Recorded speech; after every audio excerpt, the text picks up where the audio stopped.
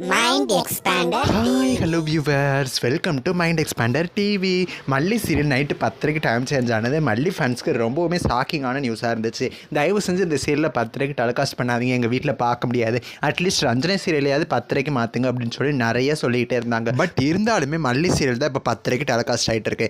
மல்லி சீரியல் பார்த்தீங்கன்னா 10:30லையும் பார்த்தீங்கன்னா ஒரு அன்எக்ஸ்பெக்டடான ஒரு வெற்றியே அடைஞ்சிருக்கு. நான் எதை பற்றி பேசுகிறேன் அப்படின்னு பார்த்தீங்கன்னா, மல்லி சீரியல் இந்த வாரம் 3.65 அப்படின்னு சொல்லி 10:30 டைம் ஸ்லாட்டில் ஒரு ஹையஸ்ட் ரேட்டிங் வாங்கியிருக்கு. ஸோ மல்லி சீரியல் ஃபேன்ஸ்க்கு இது ஒரு அன்எக்ஸ்பெக்டடான ஹாப்பி நியூஸாக தான் இருக்கும். 10:30 டைம் ஸ்லாட்டில் இந்த அளவுக்கு ரேட்டிங் வாங்குறது அப்படிங்கிறது பெரிய விஷயம் தான். இதே மாதிரியே மல்லி சீரியல் தொடர்ந்து 3+ மேலே வாங்கிட்டு இருந்துச்சு அப்படின்னா 10:30 டைம் ஸ்லாட்லேருந்து மல்லி சீரியலை மாற்றவே மாட்டாங்க.